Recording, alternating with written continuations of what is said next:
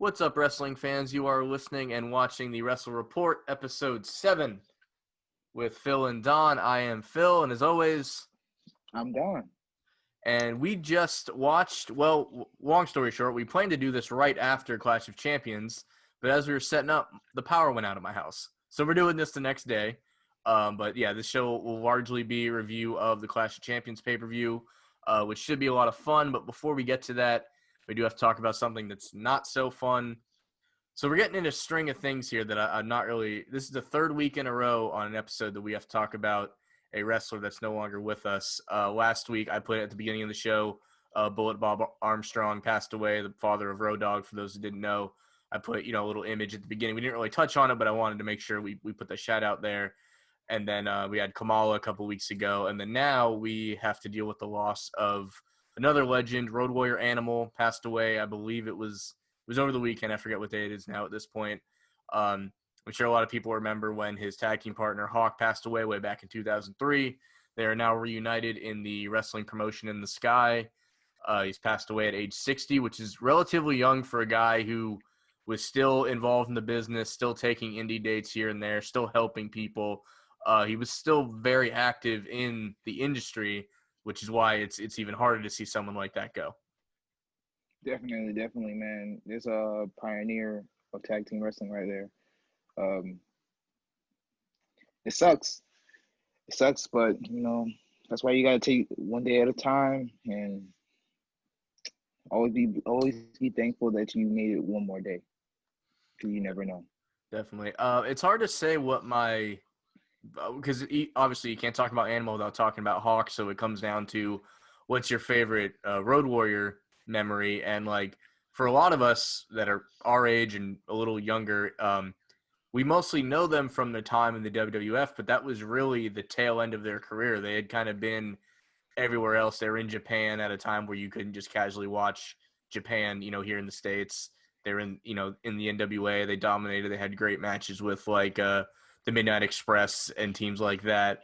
And really the WWF run was more so their victory lap. It was kind of the end of their career. Hawk kind of knew that he was kind of over it, but he's like, we're going to get this money from Vince McMahon. And I think they won the belts twice in WWF, at least beating Demolition, which was the longest reigning tag champions up until New Day broke it only a year or two ago. So it's interesting that a lot of my memories come from the tail end. And I do remember, I forget which WrestleMania it is, but they came down on the motorcycles with Paul Ellering also for WrestleMania entrance. And, this is pre-Biker Undertaker. So it's the first time I remember seeing, guys come down on motorcycles. And, my dad's big on motorcycles. And I remember him watching that with me. And it was this cool moment. So, I can't even tell you what match that was, but that entrance of them, always sticks with me. And then years later, Animal did have that last little bit where he had that run with Heidenreich, and they actually won the belt. So it was interesting to see. He would have been 50 at that point, I guess. But, he did get that one little run even post-Hawk passing. But he's a guy that is tough and intimidating as he is. I don't think anyone's ever had a bad word to say about him. I think he's only helped the younger guys. He's not one of those guys that, would rather sabotage the younger talent to keep his spot. He just seems like someone that always wanted what was best for the business. And it is just a shame that he's not here anymore. Do you have any Road Warrior memories? No, not really. But I mean, they're the guys that made it cool to have shoulder pads with spikes on it, man. Yeah. Like that was they're iconic just for that alone. They were a good tag team. They were good. It's sad. It's too much death going on, man. I was gonna say 3 episodes in a row we have to bring up a passing in the business. So hopefully that ends here. They always say it comes in 3. So hopefully we can go a couple episodes without that happening. So knock on wood for that, and hopefully that's where we are. But R.I.P. Animal. He's within that wrestling promotion in the Sky with his partner Hawk, and I'm sure they're giving some angels some doomsday devices. He's got him up on the shoulders and he's gonna clothesline him down. So R.I.P. to both of them. Let them rest in peace. And on with the show, as they say. I think WWE did put up some stuff. Really, any major company, NWA, AEW, Impact because he did spend a little time there as well. Like any company that he was involved in any way showed their support to his family in this time. For football fans out there, his son, I think it was Jason Laurinaitis, played for the Rams for a little bit. Some people might remember that name. So just a guy who's had a lot of success and a family. The John Laurinaitis character is his brother. Most people don't know that. Well, people know that, but it's not. They don't make it as obvious out there, Yeah. in WWE land. But yeah, so just a big company that's done a lot of good things in wrestling and then in football also. So shout out to him, and the show must go on. So yesterday was the Clash of Champions pay-per-view, which maybe I wasn't paying attention, but for the past couple years it was Night of Champions. They finally fully switched the name to the old WCW pay-per-view. Did they do that last year, or was I just not paying attention? It was Night of Champions last year. I'm 85% sure that it was Night of Champions. That's a B+. I'll take that. I'll take your word for it. But yeah, because the first couple of years it was Vengeance, Night of Champions, and then it just became Night of Champions, and they actually skipped it for a year or two, and now it's Clash of Champions. And honestly, that's better. I mean, there's a reason that was the original name. Good for them for getting to use it. We did tease this as we were talking belt designs last week, so we're going to actually open the show with our top three, with this pay-per-view being all championships defended. It seemed only right. We're going to talk about our top three belt designs, not even necessarily what the belt was, but purely how it looks. So, Don, the floor is yours. What are your top three belt designs? Top three. All right. So we got the U.S. title that John Cena made. Spinner. The spinner. Yeah. Okay. When that was early Dr. Thugonomics days. And then number two, we have what I got here. Oh, the old IC championship. The most recent, like right after. Yeah. Okay. The white one. The white was I just like the way that it popped. The white it made the title pop, and it was different from everyone else's championship. Yeah. And then number one, I do like I like the current championship belt, but the heavyweight championship back in the day before before they unified the championships. Well, the WCW heavyweight championship. Right. That came the big gold, as people call it. Yeah. Yeah. Well, two of those three for us are actually the same. So my number one, I also had the big gold because it's just the most iconic, like looking. People have seen that belt that have never watched wrestling. Like they know what that belt looks like. I'm going to go backwards here because my 1 and 2 are the same as your 1 and 2. So I'll work backwards. Even whereas like the NWA title over my shoulder, that's the oldest belt in wrestling. That's the most prestigious. Unless you're in wrestling, you don't know about it. And like, I like how it looks, but it's not particularly nice looking. Like it is an odd thing, the one over my shoulder here. The oval I see, the other belt I have sitting over the shoulder, I guess this is one that if you're normally a podcast listener, check the YouTube video today because I have some replica belts behind me here. But I've always liked that one, but I agree with you. The white strapped IC, the belt that was recently retired, that plate design has been on multiple straps. It's been on a black strap when Ultimate Warrior had it. It was on a yellow strap for a weird amount of time. But yeah, no, the white one it's perfect. And I said it last week, I'll say it again. If they had to ruin it and change the belt, at least keep it on a white strap because that should have been like the Intercontinental look moving forward. So again, our 1 and 2 are the same, but my third one is out there a little bit, and you might have seen it, you might not. So when you think of the ECW TV title, you're probably thinking of the one that RVD had for a very long time.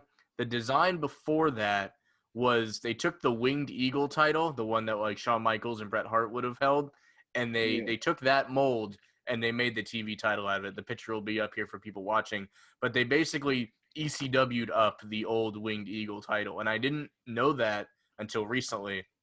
So it's a really cool spin on a classic look that would have been on a lot of other people's top 10 or top 3s for belts.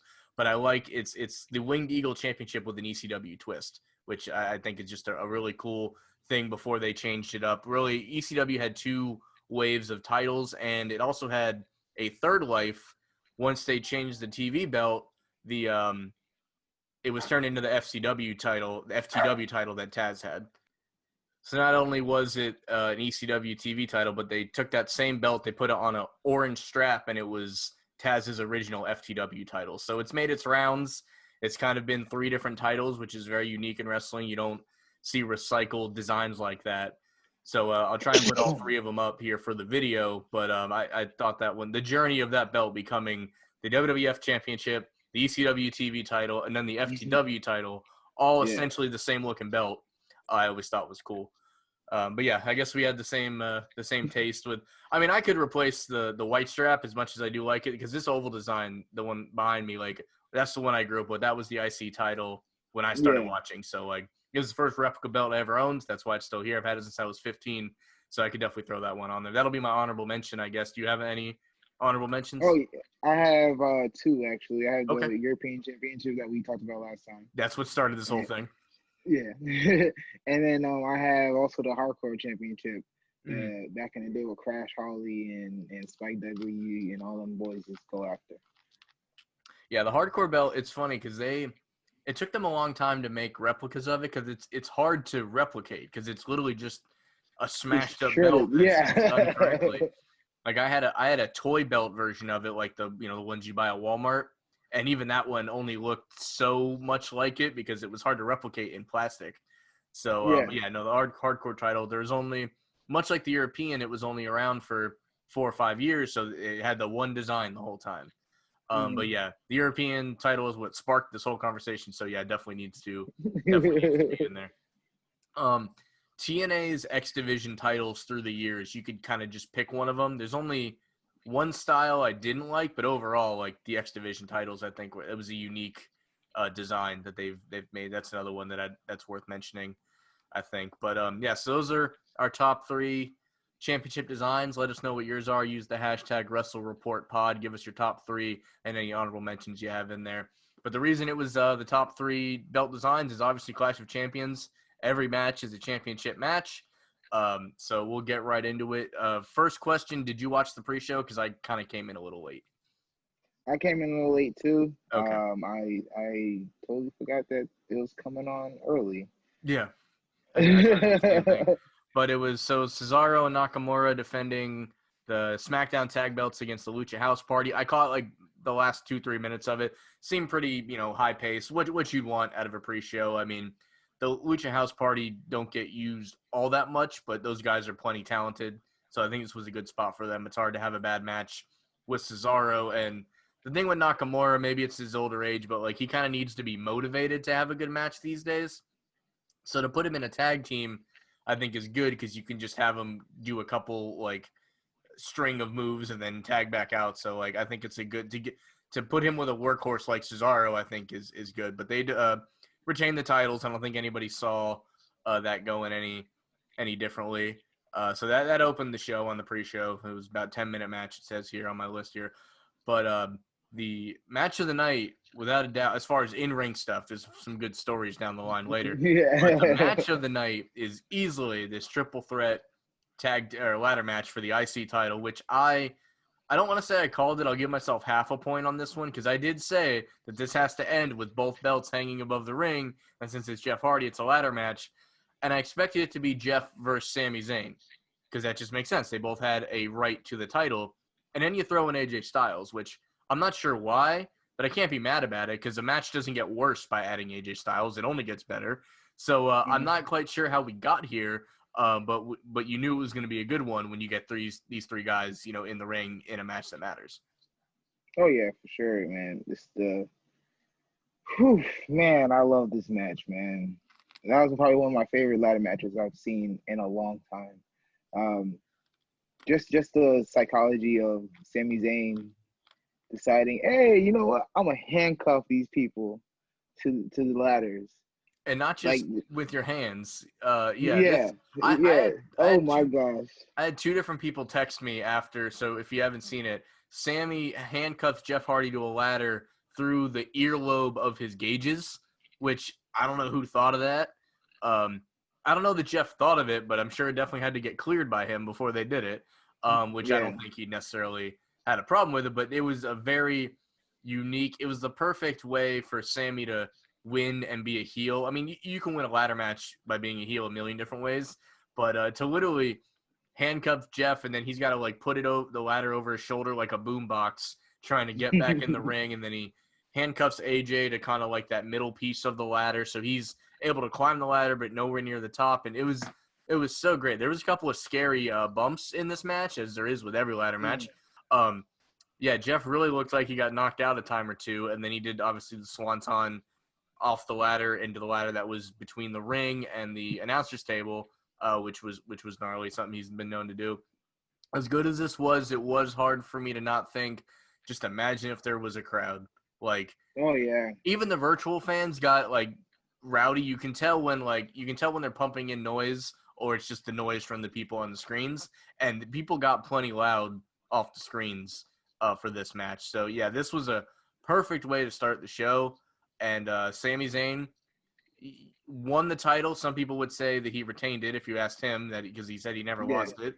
But he's got the two belts that are identical. And what's funny is the one Sami Zayn had is still only like a month or two old. So like it's usually when they do this, you got the old beat up one and the new shiny one. They're both new and shiny. So it just looked, every bit as good. But I feel like at the end of that, you kind of knew like, oh, well, that the show can only go downhill from here, because that match was great. Like it was, like you said, one of the. Sadly, I do think it'll be forgotten down the line because there was no people there, but I think it's easily one of the better ladder matches in recent memory, without a doubt. Yeah, definitely. You forgot a couple spots that I liked a lot too. Mm-hmm.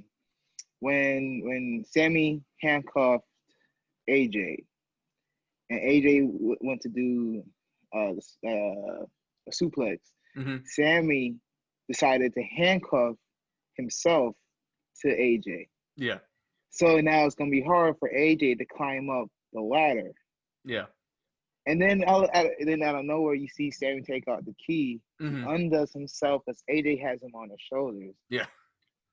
carrying him as he's climbing up the ladder, and then he undoes the handcuffs him to the ladder, and now Sami Zayn got the perfect way to win. Yeah. That was freaking awesome. I loved it. I loved it a lot, man. And it doesn't happen often, but the back and forth between Michael Cole and Corey Graves during this whole thing was just amazing, because you said when Sammy handcuffs himself to AJ, Michael Cole's like, why would he do that? And Corey Graves is like, well, now AJ can't climb the ladder. He's like, well, neither can Sammy. He's like, that's a good point.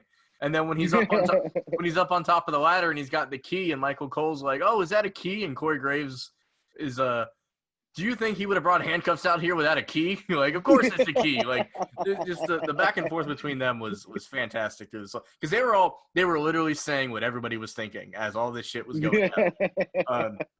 No, great way to start the show. I mean, if possible, like in a show where there's people, you could have put this anywhere on the card and it would have been fine. But I think having it open the show was absolutely the right call. I mean, you could have like leaned into it. You could have started with like the U.S. title or one of the women's title, but like to just go balls to the wall, because I had just put everything on. Like I said, I just turned on the pre-show and I still had Monday Night Football going. But when I saw that they were opening with that match, football went off and this went on the big TV, because like you knew this was going to be good. So same here. I did the same thing. I have one more spot that I like too. I like the whole gauge. Yeah. So I don't know if you remember this, but Randy Orton did that last year to Jeff Hardy. Yeah. In the Hell in a Cell match. Right. And he twisted. He took the screwdriver and just twisting his. I do remember that now. I don't know if Jeff Hardy just likes that type of thing, or he just thinks it's cool. It's different. And now, because I know a lot of people have gauges in their ear. Yeah, I don't know. I mean, it's different.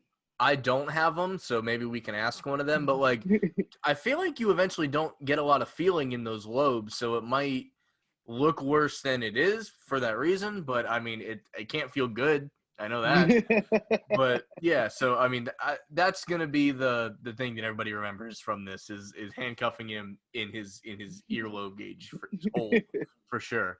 But yeah. And again, congrats to Sammy. Because he did. It's true. He never lost the title. He was really gone for COVID-related reasons and not being able to leave Canada, so it's not like he did anything wrong or was suspended due to this or that. The whole tournament where AJ won it and then Jeff it was perfect placeholder stuff for the meantime. Obviously, AJ and Jeff are both slightly older guys. I mean, Sammy's not young, but he's not old either. So, but he's got more road ahead of him than behind him than the other two guys. I think it was perfect to mix him up with this and do the double belt thing on the ladder. You can only pull that out every couple of years. You don't want that to get overused, but this was a perfect scenario to do it. So definitely props to them for that. And again, I felt for you. Yeah. One question for you. I'm sorry. Sure. I'm sorry, y'all. I'm sorry. No, hit me. Do you see AJ Styles as a WWE Hall of Famer? Future Hall of Famer? I do think he will. I've heard that whatever contract he has with WWE right now is going to be his last one. Like, he plans to kind of wrap it up after this. I think it's another 2 years or something. But he's won enough titles. He main evented WrestleMania, or not main event, but defended the title at WrestleMania. He's got he's got his thing with The Undertaker. His stint there is Hall of Fame worthy. And as the years go on, they're more comfortable talking about guys' careers elsewhere. So I think they're going to allow to mix that in. Like, if you, like the Pro Wrestling Illustrated, right, that's the legit Hall of Fame because that factors in everything. I don't know that anybody has a better overall career than AJ. Because he's dominated everywhere he's ever been. So even if WWE is only recognizing what he's done there, multiple-time champion, everything. Like, I don't know if he needs like a Royal Rumble win or if they bring back King of the Ring or something to just add to it a little bit. But no, I would be shocked if he wasn't. I mean, there's not many guys that if someone like Batista, like I know he's gonna get in with like Evolution, but like, if someone like him can be a Hall of Famer who only had like a 5-year career in WWE and nowhere else, I think AJ Styles is a shoo-in. I mean, there's no such thing as like first ballot in wrestling, like there is in other sports, of course. So it's not really, you don't really have to differentiate. So it might take a little bit. I imagine when he retires, he's going to step away a little bit. And then when he feels like coming back and, managing someone or being on a pre-show panel, when he kind of rekindles that relationship, I think he'll definitely be in the Hall of Fame. Okay. Yeah, I was thinking that too. Yeah. I mean, it's a good question because, yes, it's a relatively shorter WWE career, but when you factor in everything he's done, there's no way not to. You got to put him in there. Yeah. I mean, I would argue that he is the best career of the decade even. Like, 2010 to 2020, like, I don't think anyone's done more than him, And, again, it's based on everywhere else he's been. He was still in TNA, then he went to Japan, then he did some stuff with the Ring of Honor, and then he finally showed up and took this place by storm. And he's one of the few big reveal guys from another company that has been every bit as good as advertised. Because usually they don't allow outside guys to be this good.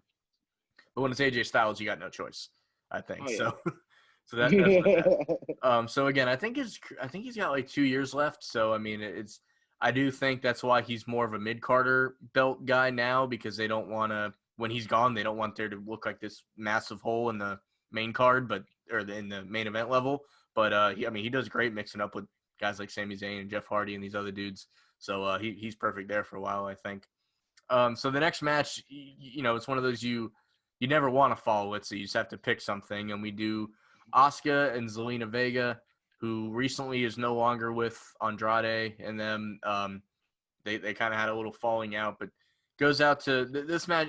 Pretty paint by numbers for an Asuka match. Ends up making her submit, and Selena goes to bow to her out of respect, and then like kicks her and basically says, "I'm still a heel," and kind of moves on. I mean, this served its purpose, I guess. I mean, I don't think anyone thought Selena was going to win, but it at least shows that she Asuka kind of put her over in the post-game thing, too. It's like, oh, she's like a firecracker, small but powerful or something. So, like, she hasn't wrestled a whole lot because she's been doing the manager thing, and now that she's, kind of going for the title. It was a good showing by her, but I don't think anybody thought she was walking away with the title. Oh, yeah, for sure. I'm happy that they actually giving her a chance because I think she is really good. She's charismatic. She's good on the mic. She could be a future champion. Yeah, I can see it. She might be on the smaller side, but but she's still good in the ring. She's athletic as hell. Yeah, I could see. I mean, if with the draft coming up too, which we can touch on, I think it's October 5th. I think whatever the first SmackDown of October basically is when it's going to start. I don't know if either show would benefit having her. Like, she's on Raw. I don't know if moving her to SmackDown would give her more of an opportunity. Like, I could see her being someone that gets moved to separate her from Andrade, a little bit more. But yeah, I mean, I see good things from her in the future. These next two matches I'm gonna almost put together because they fit into the category of they're good, but we've seen it a lot lately. And the first one being Lashley defending the U.S. title against Apollo Crews for what I think is like the 5th time in a row now. And again, great match. Nothing we haven't seen from these guys. Lashley wins due to Hurt Business, obviously. He still got Ricochet. To me, this storyline is over. But if it's got to keep going, can we give Ricochet a shot at the title? Like, why don't we at least mix it up a little bit? I mean, Apollo, I think he overall came out better than when he started. He won the U.S. title. He had the stuff with MVP and everything, and things are looking up for him. But you can't just keep going after them and losing. Like, either give Ricochet a chance, go off and form a tag team. But I hope this is the last time we see this match, which I only say that because we've seen it so many, not because it was particularly bad or anything. Yeah, I saw something on Twitter that this was the 13th match that Apollo Crews has fought one of the guys in the Hurt Business. Oh, jeez. The 13th time. Yeah, he needs something new. Yeah. I think he'll benefit going to SmackDown, even though he did just come from SmackDown not too long ago. Yeah. I think he'll benefit something different for him. I'm thinking either that or the Hurt Business has to go to SmackDown. Like, whatever. We have to separate these two. It's not even faction versus faction.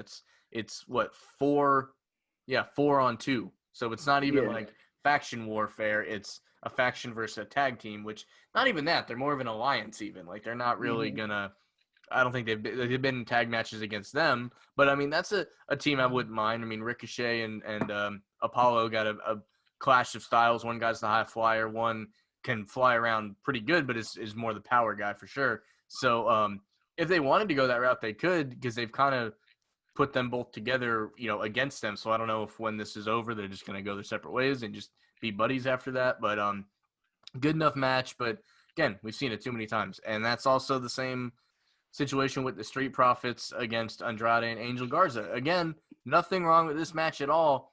But I've seen it on Raw. I've seen it on pay-per-views. I've seen it on everything. And apparently the Street Profits are the longest reigning Raw tag team champions now, which I did not realize until they said it last night. And I like the Street Profits. I think they're doing good. The whole who poisons, Montez angle was what it was. But this is the same thing. We got to move these guys on. Either give Andre and Angel the titles, which they didn't do tonight, so I don't think, or last night, so they're not going to do it for whatever reason.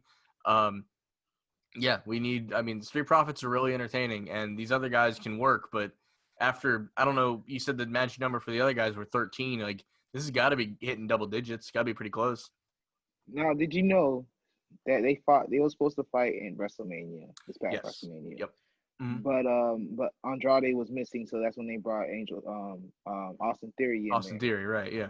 So since WrestleMania, Austin Theory, Angel Garza and Andrade were feuding with these guys. Yeah. And then they did bring in the whole Viking Raiders little clash too. Then went right back to it. Yeah, so this has basically been going since the pandemic hit. This is one way to look at it. Yeah, pretty much. Yes, since quarantine. Yeah. So I don't know if we need a vaccine to relieve ourselves of these feuds, because they've been going the entire time. And again, it's hard to look at this match and find anything wrong with it. But it's like, how many times in a row are we going to watch this? Yeah, for real. I don't know if you touched on this, but at the end it was confusing because it was supposedly those are audible because Angel Garza got hurt. I did read that actually right before we started. So yeah, maybe they were supposed to win. I don't know. That would be a shame. It's after all this time they're finally going to give them the belts, and this happened. So that would be Yeah, a shame if that's where we're at here. But yeah, I mean, again, maybe these guys need to move the SmackDown and they can win those belts, or just get them away from the. Just because you find something that kind of works doesn't mean we want to see it 13 times. So yeah, hopefully that doesn't really, that kind of continues with our WWE title match a little bit. This is, which we'll get to that in a second. But so Bailey was supposed to talk about audibles. Bailey was supposed to face with Nikki Cross, yeah. and I don't know if it's COVID related. I don't know, but basically she was not there. So at the last second, they had to call an audible and say like, "Oh, I'm going to do an open challenge." And of all people, it's Asuka who just defended her title, and I wouldn't have had a problem with that if they didn't just have her like Bailey gets to DQ, and you could have put anybody in that spot if she was just supposed to throw Bailey around for a couple minutes and then Bailey get DQ'd and get out of there. Like, give it to somebody. The name that comes to mind, just because I've always liked her, is like, what if Liv Morgan just came out and had a couple minutes and then Bailey gets DQ'd, and then you have that little feud to run until Nikki Cross comes back? Like, why would you do it with Asuka when she's got her own storylines going on? Do it with literally any other female on the roster, and this works out fine. But I did scratch my head on why they picked Asuka to do this little run-in for no reason. Yeah. And then yeah, just for the DQ, like yeah, Yeah, like you said, you could have put anyone out there. You could have put Dana Brooke out there. yeah. You could you could have put Lacey Evans if you wanted to. Actually, no, Lacey Evans and Bailey, they feuded earlier this year. So no, never Right. mind, not them. Mm-hmm. But I mean, just for basically that match was just there for the DQ and then the Sasha stuff. Yeah. That's what it was. And maybe I'm overthinking this, but if you're Sasha, right, and she was chomping at the bit to get her hands on Bailey, how did Asuka beat her to the punch? Why didn't she take the challenge and use that as her? If you would have had Sasha come out and do that, and then Bailey got disqualified to get away, that would have made sense. Because she's like, I want no part of what you are right Nothing. now. Yeah, yeah, So again, anybody but Asuka would have made sense, and really with Banks, it would have made the most sense because she's the one that's chomping at the bit to get her hands on her. So this, I mean, yeah. this match went under 4 minutes. I don't count it as a match. It's more of a long segment that happened to have a Yeah. bell ring in it. Um, I I'm will say gonna, this though. yeah, Sasha definitely has Super Saiyan powers yeah, because her neck just got crushed a couple weeks ago and right. she's already swinging chairs. I don't know, man. She might be mutant, man. She can't be stopped. She True. cannot be stopped. So then we have the this isn't as bad as the other two, but we do have Drew McIntyre versus Randy Orton for the WWE title in an ambulance match. You don't see ambulance matches all that often, so that was a nice twist. This was pretty back and forth. It was no DQ, so it was more of a brawl, whereas their match at SummerSlam was like a pure wrestling match. So if you're going to give me matches with the same guys, give me different flavors. There's a reason they make multiple versions of Coke. Like, you got Coke, Diet Coke, Coke Zero, Vanilla Coke. If you got to give me the same flavor, give me a spin on it, right? So Give me something different, yeah. yeah, so I would say they did that here, making it the ambulance match, because you don't see a lot of I can't remember the last one there was. It was probably Braun Strowman, so we could flip it over Yeah. a couple years ago or whatever. I think it was Braun Strowman. It was that whole tag team. The Shield versus Kurt Angle. Or Shield versus that whole deal. Shield. Yeah, Mm-hmm. them people. So this was good for a while, and then what ended up happening. So the first run in, because there's multiple, was Big Show, The and I'm Big like, Show. guys, Ooh. nobody cares, and I got nothing against Big Show, but don't insert him into the WWE title picture at age whatever he is. But then I realized what they're actually doing, and basically everyone that Orton has like screwed over since his Legend Killer gimmick's been back has kind of come out and gotten it, because once Christian ran out, I'm like, oh, that's what they're doing. Okay, like it made a little more sense. I wouldn't have opened with Big Show. I would have opened with Christian maybe, because you would at least like, and then who else? And then Shawn Michaels, which was kind of the exclamation point, and then you find out that Ric Flair is driving the ambulance. I got a big pop out of that, honestly. I laughed a little too hard for that late at night from my house when I saw that.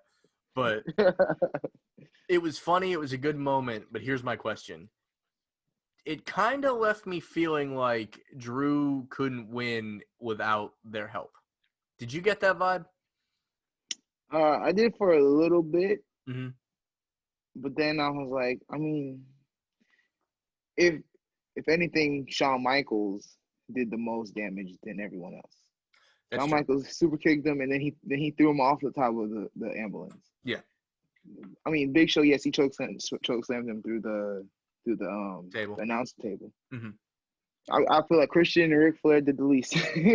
Well, because I mean, Christian is not cleared too at Because that. they can do the least, and Flair just drove an ambulance. Just But drive away. Yeah.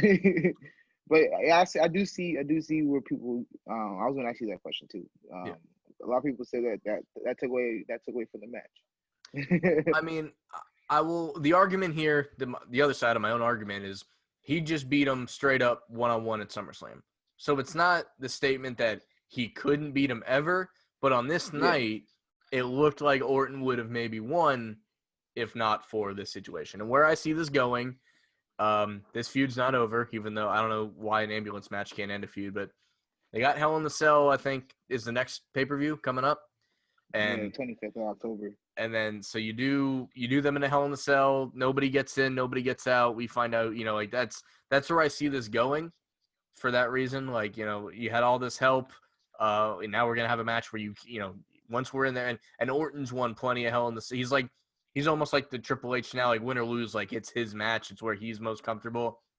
And I don't mind seeing that, but I've for many years, I don't know how you feel about this. I've had a problem with a Hell in the Cell pay-per-view being a yearly thing. Like it's taken away how special a Hell in the Cell is. So, yeah. Like we used to get one every 2 to 3 years. Now we get like 2 or 3 a year, depending on the pay-per-view, the storylines going on. And some of these ones that get Hell in the Cell matches are nowhere. Sometimes there's been like a month build for a Hell in the Cell match. Makes no sense to me. TLC and that and if you did one around like if you did a similar show around like steel cages, like TNA back in the day had a show called Lockdown where every match was a steel cage. That I can get behind because a steel cage is like different enough, but like still relatively casual. Like you can, the Hell in a Cell is supposed to be much like Elimination Chamber. I don't mind that as much because they're basically making you go through hell right before WrestleMania to get your shot. So like that one makes more sense. Oh, almost dropped my mic. But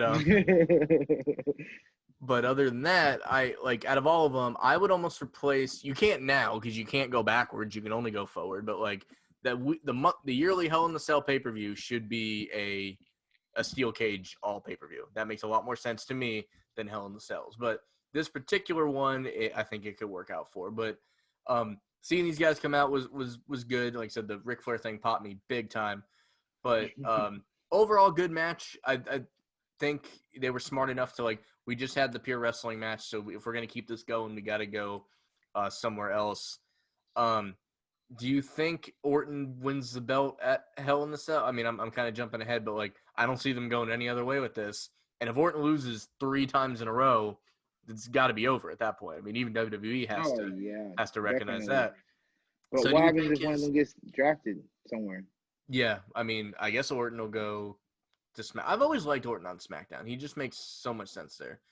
Why not put Orton on NXT? I would love to see him on it. I don't know that he'd get. I don't think you can get drafted at NXT in this current climate or format. But no, Orton versus Adam Cole, Orton versus Ciampa. That's the Mania match right there. Because then Ciampa is a younger Orton with a bigger beard. That's exactly what I want to see. Fantasy booking. Yes, I mean Finn Balor has proven that you can go back there and reinvent. Not that Orton needs reinventing, but he needs fresh opponents. And I would maybe I could even see it starting with Gargano, but somebody pisses off Orton so much that he has to go find them in NXT. I think that's the story you got to tell. You don't bring someone like the Keith Lee thing didn't really land to come right up and face Orton. I want someone to piss Orton off so much that he comes looking for him in NXT. That I think is the move right there. Yeah, that would be cool. I mean, if they ever orchestrate NXT into the draft system, then it truly is a third brand. You can never call it a development brand ever again, and it's really not anymore, which in a way is hurtful because that's what like you see this big gap between like these indie guys that are in NXT and then they every once in a while they actually bring up a performance center dude and like he might be solid, from back in the day like early NXT, but it's like the gap is too wide. So these guys are almost set up for failure if you're trained through the performance center and then all right, go try and have a good match with Damian Priest who's got like 10 years experience and you have 2. So I never feel great for those guys that are trained and they're spending a lot of money signing up all these like ex-football players and all these, gymnasts for the females and stuff. But no, I mean, it'd be neat if NXT was a part of the draft system, but they'd have to limit it because it's obviously only one show and it's 2 hours or whatever. But you'd have to really pick and choose. Like the year that ECW was in it, like when Kurt Angle went there was huge, right? So, but you can only give them like 1 or 2 of those guys because they only have so much time on their hands. So, no, that would be cool though if Orton found his way to NXT for some like it would do what they thought the Charlotte move was gonna do. They thought that was the answer. We're gonna get ratings up to yin yang because Charlotte's here, and like it helped a little, but like we've already seen Charlotte. We've actually seen Charlotte in NXT plenty, so it's not it wasn't the big move. But if you could move somebody like a Randy Orton there for 6 months and then find a reason to get him back on one of the other shows, I think it would be they want ratings on NXT. I think that's how you do it. That's gonna pop a rating, man. Yeah, Orton versus Cole is a rating. Even Finn and Orton, they never really crossed major paths. If he goes after the belt, and then I don't think he needs to win the NXT title necessarily, but give him one run at Finn, have Finn barely beat him somehow. Like that's something you can work with for sure. I wouldn't mind seeing him versus Randy Orton versus Damian Priest. Yeah, or Swerve. That'd be great. Oh my gosh, man! It's just the matchups that you could do with that. Yeah. But Clash of Champions. Yeah. You open up their roster and throw a dart, and whoever it hits would probably have a good match with Randy Orton. That's all I'm saying. Yes, 100%. Yeah. So we do come back to. I was a little surprised, and I guess I know why, that the Universal title match of Roman Reigns and Jey Uso was the main event. Did this surprise you at all that it wasn't the ambulance match, or did you expect this? I expected it. Okay. Just because it was one of the most talked about things that was going on in WWE. Mm-hmm. Yeah. This whole feud that they got on, this family feud they got going on. Yeah. No Steve Harvey.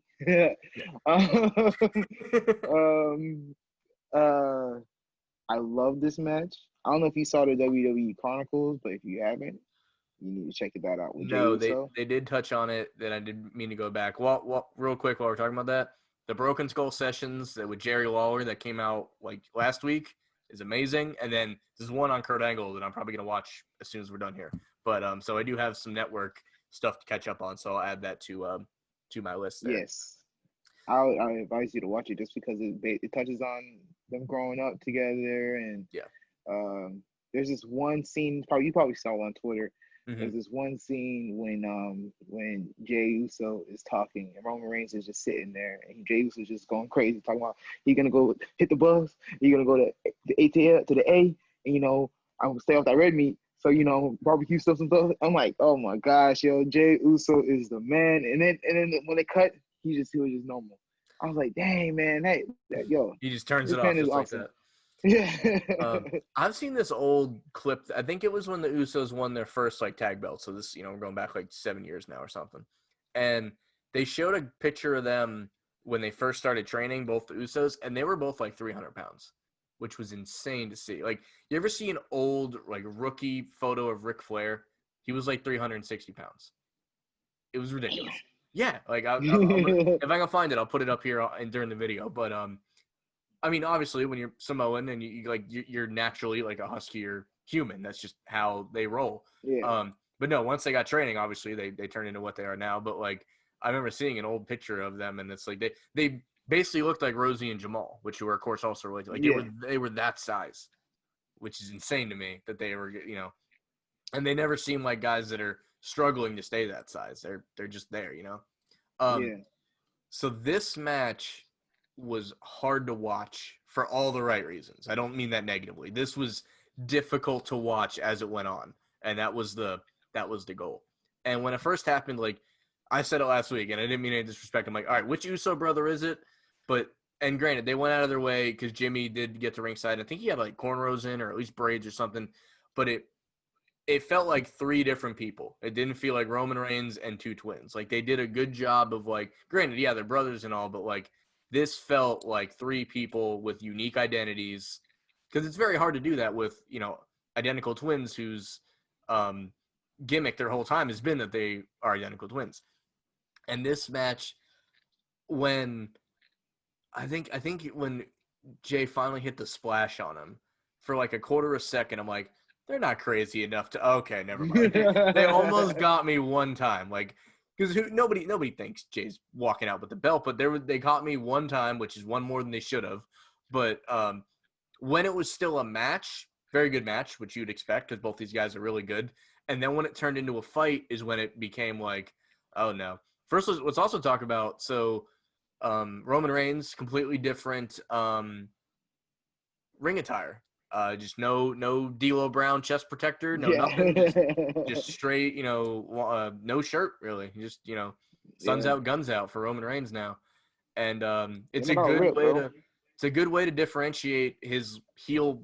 Like you can go back and watch matches, and you'll literally know, like, oh, is this before the heel run? Yeah, he's still wearing the vest. Like, it was a perfect time to make the change. I think in other, like when he won the belt, he was wearing like a tank top. I think he just had like his Unleash Hell and Leave whatever shirt when the whole thing happened when he won the belt back. But no, this got really uncomfortable in a good way. And, Jimmy ended up throwing in the towel after he kind of didn't want to. And then he's like, all right, well, your funeral. And then he was hitting him to the point that he had to. One question for you, because I didn't have the volume up a whole lot. There seemed to be a point where he was like holding his chin up and like the camera was right in their faces. And Roman had this like little monologue. What did he say during that? Was that anything worth knowing? Yeah, he was telling Jay to call him the tribal chief. Okay. And it's a reference. I don't want to get it wrong.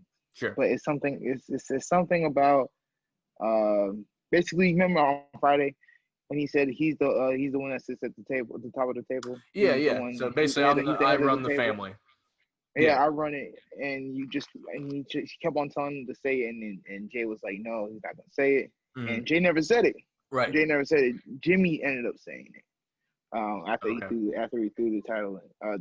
And Paul Heyman Paul Heyman said it too. Roman's like, I don't need you saying it. I want him to say it. I'm just like, dang, Roman Reigns, yo. I want to see. Man. I know this is like a relatively serious story, right? But I want to see Paul Heyman at one point, maybe for like Halloween or something, the Halloween episode. I want him to like dress like a Samoan and be like, "Yeah, I'm in the family now." Like, and I think that'd be hilarious. Like, and Roman just like shakes his head and walks off. Like, just one. I just want one segment of Paul Heyman trying to convince people that that he's Samoan because he's now in this legendary wrestling family with the rest of these guys.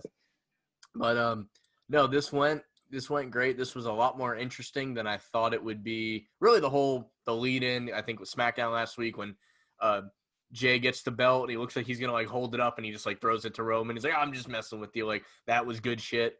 And no, this whole show, like and I said it last week, if Jimmy and Jay weren't twins and there was only one of them, that dude would be one of the most over guys on the roster. He'd be right there at Ricochet, Cedric Alexander, Shelton Benjamin even. Like, they would be just a really good singles, upper mid-card guy, I think. Yeah. I don't know that these guys will ever be separate enough to just straight up have singles careers unless one of them – I would never wish this, but, like, let's say Jay's injury is – I don't even know what it is, but let's say, like, he's kind of done wrestling full-time. Like, I could see Jay kind of going off and pulling this off. But I think as long as they're both healthy, I don't think this is the closest we'll get to them with a single career. Yeah, definitely. Great match. I would say it got me. I thought Jay was gonna win when he super kicked Roman and went into the pin, and then you hear Michael Cole say, Corey, do you believe in miracles? And I'm just like, oh snap, miracle on ice. Yeah. 1, 2, oh! I was like, that's what they got me. I was like, oh man, Dang, WWE, good stuff, man. You got me good. Yeah. I really thought it was gonna happen. So they got us both in two different times, which is even more hats off to them. Because sometimes you can tell with the pin, like when it's a lazy pin, you're like, nah, he's not getting it. But when they hook that shit in there and the legs are kicking, you're like, oh, he might get. Oh no, like the way you pin says a lot about the story. Yeah, and I don't know if you, I was able to tell when what was gonna happen with a low blow. Mm-hmm. I seen that coming. I Yeah. seen it coming because just the way that Jay was, how he was, how he had him covered and Roman's arm is just dangling in between his legs. Yeah. I was like, oh yeah, Yep, here it comes. he's gonna kick out an illegal low blow. It was, man, hats off to WWE because like we always say that we want these type of things and we got it. Yeah, That was I have no good complaints match. whatsoever. I haven't heard not one complaint about it. Like I watch other podcasts too. Yeah. And every single one of them, they most of the time they're talking trash about WWE, this, WWE, that. I had heard not one bad thing about this match. Like I feel like when we started this, I feel like we're relatively positive. Like when they severely fuck up, like I'm gonna talk about it, but like I find we find the silver lining in it in most WWE shows. Like on this whole show, I'm opening it right back. The only thing that the matches we've seen too many times, that doesn't mean the matches were bad, but it's like, all right, give me something else. And then the whole deal with Asuka and Bayley could have been done a little better. But the meat of this show, the ladder match, the first women's title match, the 2 world title matches, like this was a good show. People are saying this is the best show of the pandemic. Would you agree? Yeah. I would agree. For WWE anyway. Yeah. Yeah. I think it's hard to I think it's hard to say otherwise. Some people are saying this is better than All Out, in which I say just slow down just a little bit. I'm not saying it's not, but like you can't just boldly say that without, the people that are saying that didn't watch All Out. Like there's people that like no matter what AEW does, they can't do anything right. And like WWE does plenty of shit wrong, but they do like it's still I've never watched Raw, even though I don't watch like the weekly shows every single time, but like I never watched it and not enjoyed something. Like out of 3 hours, I'm gonna enjoy at least an hour of it. Like that's just how that works sometimes. It's usually the first hour that you enjoy a lot, and then leading into the second hour, it's like, okay, we're getting there. And then the third hour, oh man, turn it off, please. It's dragging. So, I can't take credit for this, but somebody had this amazing idea that like Raw, everyone's like Raw needs to not be 3 hours. Well, they're contractually obligated to do 3 hours of television on a Monday, right? So do your normal 2 hour Raw, and that third hour, that late hour, just show classic stuff. Like show an old Ric Flair Harley race, show Stone Cold versus The Rock. Like I guess you would eventually run out of library, but it would take you a long time.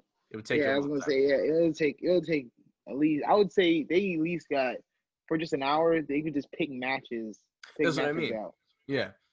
Like you would. I think that would be a really cool, even if it's not every week, like sometimes, like if 3 weeks out of the month you do that, and then one Raw a month is a full 3 hours. Even that would make it feel special, because you'd go out of your way. Like if I'm only gonna watch one Raw a month, I'll watch the one that will be 3 hours because I'll have the stamina for it. So yeah, I think that part would be pretty cool. I think SmackDown and NXT benefits that they're only 2 hours. Yeah, no doubt. But of course, I think everyone will be okay with the 3 hour NXT as well. Like I know some people that will be 3 hours. It should be NXT without a doubt. Yeah. Just because it's more fresher than Raw is. Yeah, no doubt. So the that's Clash of Champions. I'm not really into like rating systems, but this is like 4 stars to me. This show, like, I give it I would give it a A-. Yeah, just because the rematches, the matches that we've seen a lot already, knocked it down. It could have been an A+ with fresher matches. Yeah, with fresher matches in the middle there, I think it could have been, no doubt. I mean, something as simple as the Hurt Business going for the tag belts, and then Andrade against Bobby for the like literally same guys, just flip them around, and like it would feel fresh and new and good. But overall, great show. One of the, I think we both said the best show of the pandemic era for them for sure, and definitely in the Thunderdome because that's even newer. Yeah. So that's wrapping up that part. Last week, towards the end of the show, I mentioned that the NWA is officially back running shows on a pay-per-view system called Primetime Live, which they're doing through the United Wrestling Network. I ordered the first month's worth of shows. I sent Donovan the first one to see how his opinion of it, because I'm an NWA fan already. He hasn't spent a lot of time since they've been revamped, so I figured I'd get fresh eyes on it. So before I even say anything, I sent him the first episode. I pointed out 2 matches in particular that he should watch. So before I even say anything, what was your opinion on this new pay-per-view formatted show?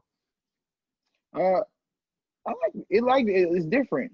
Mm-hmm. It's definitely different. I would say, the wrestlers. What was Striker versus I Hammerstone. forgot what the big Hammerstone. He had the big guy. That was Him, a good match. There was a lot of. I've heard of Yeah. him. This is my first time watching just a live match with him in it. Yeah. Yeah, he's man. That man's a big boy, Mm-hmm. and I definitely could see him in WWE sooner because Vince loves his big men. Yeah.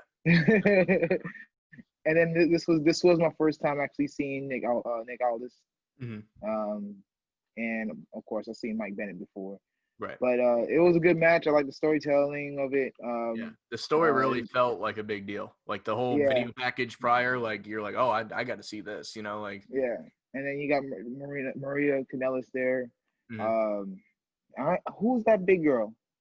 So her name is Camila Brickhouse is her full name. She goes by Camille. She's, easiest way to put it, the modern day China, but with better ring work. Yeah. Because dang, she's ripped. Yeah. She is ripped. Mm-hmm. Oh my gosh. I'll be intimidated. I'll give her my lunch. I'll give her my lunch money. Here you go. No, she's great. I think she had a match on that show as well, because she's Nick Aldis' bodyguard most of the time, but I think she either wrestled on week 1 or week 2. But week 3 comes out tomorrow. We're recording this on Monday. It's going to be out. The big match there is the National Championship, NWA National Championship. Aaron Stevens, the former Damian Mizdow, is facing Trevor Murdoch, a name that you might remember from several years ago. He is there, and they had a feud going before the pandemic, and they're trying to rekindle it, and maybe Trevor Murdoch can take the belt from him tomorrow. So I will definitely be checking that out. But I'm not telling people to go blindly support this. I like the NWA, so I didn't mind throwing them the $24 for the month of shows.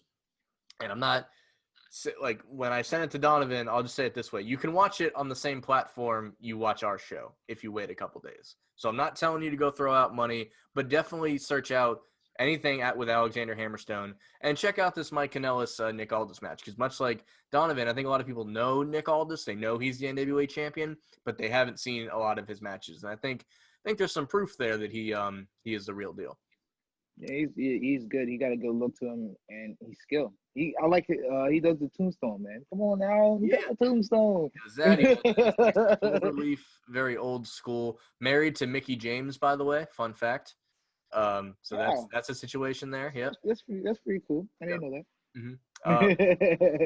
So on our way out of here, this might go 5 minutes. This might go 5 seconds, because it all just depends. 2 questions. 2K Battlegrounds, the new wrestling game. Do you have it yet?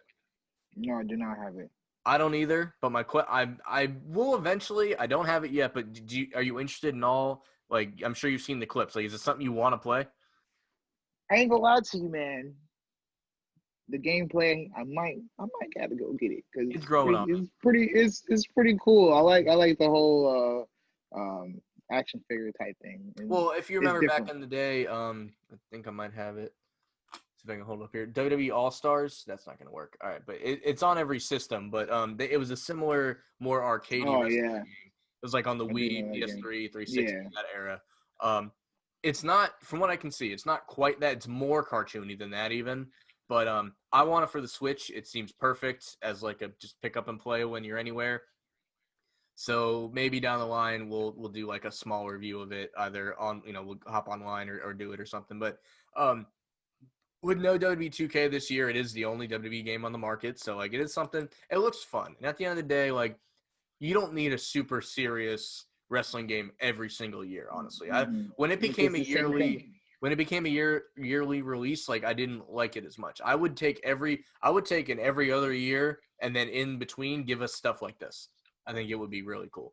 And for those that don't necessarily like that, there is also, we mentioned Nick Aldis. He's going to be in this. The Road Warriors, obviously, we opened the show with them. They're all going to be in this game called Retromania Wrestling. If you haven't heard of it yet, I have it pre-ordered. It's if you've played WrestleFest from back in the arcade days, it's based on that engine. And it would have came out a couple months ago, but when WWE did all their releases, they actually signed Matt Cardona and Brian Myers, the former Zack Ryder and Kurt Hawkins, to be in the game. So they kind of pushed it back so they could include them in the game. So if you like the idea of Battlegrounds and are like, that's a little too out there for me, check out Retromania Wrestling. You could still pre-order it. If not, wait for it to come out because it's made by independent guys. So it's going to come out when it's done. There's no set date yet. But for those that like wrestling and gaming, there's some fresh stuff on the horizon, which is always nice. Like for a while it was just 2K, WWE, 3-4 years in a row, and they had stuff to offer. Like I still play 19. I think 19 was like the peak of the 2Ks. Like they finally got it right, and then somehow they got it so wrong with 2K20. I'm not sure. Not sure how they did that. But I can pop in 19 right now and still have a great time. And my last note on that, as far as wrestling games, if you haven't played Fire Pro and you have a PS4, Fire Pro Wrestling World, you'll thank me later. But we'll end it on the video game talk. Hope you guys enjoyed Clash of Champions as much as we did, because again, greatest show in the pandemic era. I think we're agreeing with that. So we will catch you guys. We're gonna move our schedule. We've realized now that doing them on Mondays just works out better for both of us. So we're gonna start looking for it on Monday nights or Tuesday to come out. So I think that's gonna about do it here. #WrestleReportPod. Go ahead and check that on social media if you want to let us know either your top 3 belts, give us another top 3 idea, or any opinions you had on the show. Thank you all for listening, and we'll catch you next time.